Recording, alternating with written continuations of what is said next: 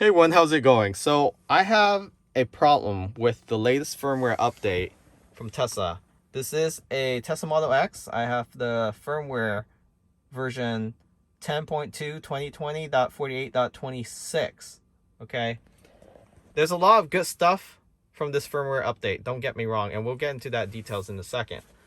But I want to go through the issues I'm having with the first off impression, and that is the display. Yes, there are some improvement with the vehicle diagram when you're driving, but the real estate that they're taking up is pretty much almost 30% now, right? So they make the odometer font size a lot smaller. I would say it's 50% smaller.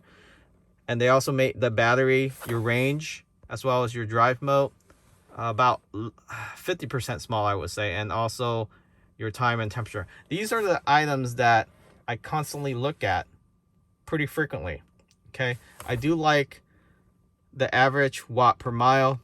That keeps me in check when I need to get to a destination, just to ensure that I'm not overusing the power and having enough range. So that goes in hand with the range of the battery remaining. I do wonder why they don't make the vehicle for the tire pressure a lot smaller.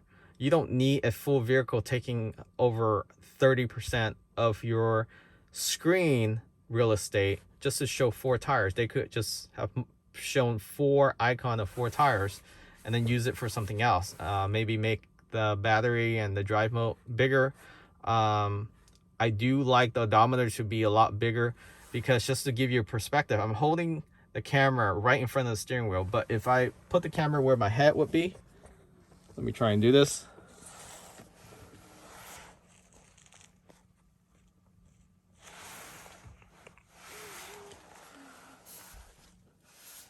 There you go. It's so difficult to see it. And I'm fairly young. I wouldn't say I'm that young. My eyesight is fine.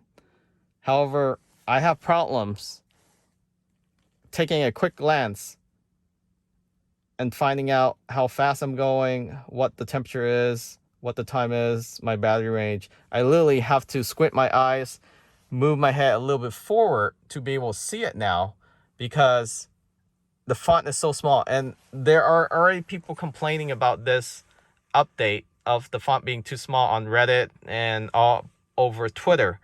So I'm not the only one that is raising this concern up. I highly think that the battery definitely needs to be bigger, because a lot of people that switch from gasoline to electric vehicle needs to understand that they need to pay close attention to their range. And even with the light off outside, when it's extremely dark outside, it's still pretty difficult to see. And it's worse during the daytime, when you have sunlight glaring into it from all directions. I mean, whoever programmed this probably wasn't testing out in reality, because when I first purchased the vehicle, the icon was pretty small already. I was hoping one day they would make the battery bigger and the drive mode bigger. I mean, I'm pretty good with sensing from touch, from muscle memory, which drive mode I'm in, but I do like to see and check the battery range pretty frequently when I'm driving. Same thing with the temperature outside as well as the time. Okay, there's a lot of other stuff they could do to modify the left side of the screen. Of course, you have your navigation that will take off the whole screen when you turn it on, and I think that's very helpful. But they could definitely reduce the PSI tire pressure monitoring to maybe just 4 icon of tires. A lot of vehicles do that. They don't actually show the full size vehicle this big, just to show 4 tires. There's no other information on here other than tire pressure. They could make the your battery consumption per mile maybe a little smaller, with bigger icons for the number. You don't really need to see that big of a a graph on the ups and down, whether you're consuming a lot of kilowatt per mile. So things like that, they could have improved, but none of that was improved. They literally just made all the font smaller. It's definitely cleaner look and different type of font, but there's nothing else going on up here. So pretty much 20% or 30% of this space here is black when you're driving. I was expecting this vehicle to get a lot bigger, like in the Model 3. And we'll go over some of the issues with the latest display in the Model 3 in another video. But I just want to let you guys know what your thoughts is on the latest firmware update for the Model S and X, okay? And this goes the same for the Model 3. They made a lot of the font smaller. And the Model 3 doesn't have this front head-up display. Well, it's not a head-up display, but for this front display, their display is pretty much on the right, but they made the font of the speed, how fast you're going, a lot smaller. I would think they would want to make that bigger, because if you're using your peripherals to look at how fast you're going, you don't want to turn your head all the time over there. And when I'm driving the Model 3, it's sometimes I take a look at how fast I'm going, but usually I go with the flow of traffic, and I hardly even look at that speed display. And I just, based on the flow of traffic, how fast I'm going. Unless I'm speeding faster than other vehicle, then I do glance at it quite often just to make sure I'm keeping myself in check. And that's really what I want to express of the downfall with the latest firmware update.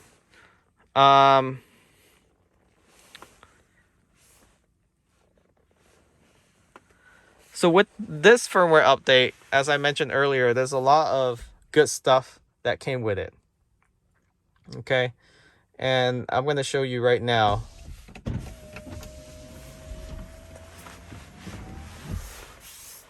Let's see here. So this is the news release.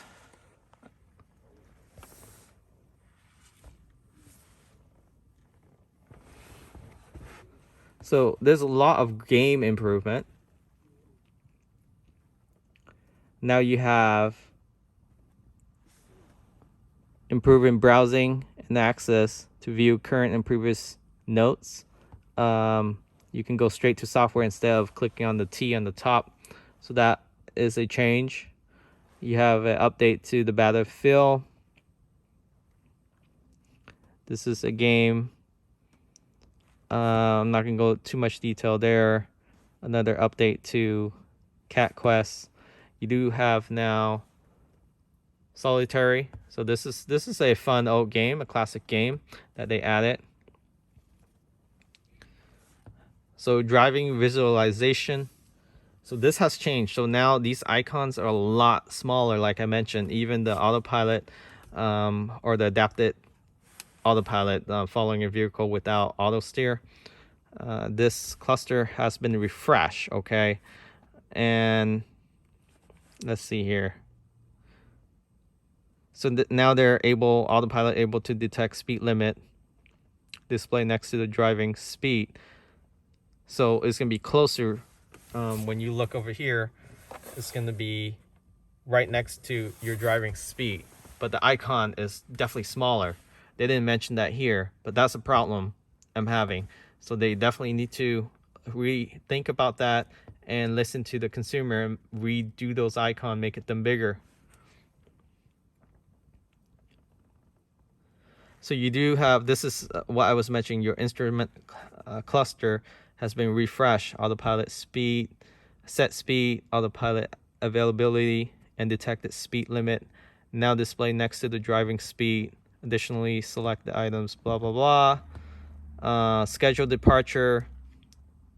So now it can precondition your battery and cabin when your car is unplugged. To account for the difference in utility rate plans, you can now set time when you are off peak rates and save on charging costs. So that's always been there. I think they added more flexibility there to be able to schedule these to warm your vehicle before you head out. So we don't have to worry about that in California. Supercharging display. I like this improvement a lot. They made the icon, basically the icon on the map now is a lot bigger, about 100% bigger. Before, while driving, trying to click on that, you always miss it, just to see how many stalls are available or if it's open or closed, etc. So that's nice that they improved that. And now your vehicle information, as I mentioned earlier, you don't have that T on top anymore. You just go to your vehicle software update. So now it's all moved into one location. And then you have your text messaging improvement. And you will now be able to display and detect or dictate together for improved viewing and listening experience. I haven't tested this out yet, but this was already working pretty well before. Hopefully they didn't mess this up. You're able to see messages that come in on your display here, and it will actually read it to you upon command. So if you click on the scroll wheel and somebody send you a text message, you actually can listen to the text without actually having to open your phone, and it will read it to you. So that's pretty much it. The last update for the latest version is the vehicle information. And it's great that they break it down now. Instead of you having to scroll, it tells you what the updates are for that latest version. And you can go to previous version and see what updates those included. So now Tesla is actually being more open with what they're displaying, as well as any incident that occurred with your vehicle. So thanks for watching. Remember to subscribe. And if you're on the market for a Tesla, check out the link in the description for free supercharging credits. Catch you all next time.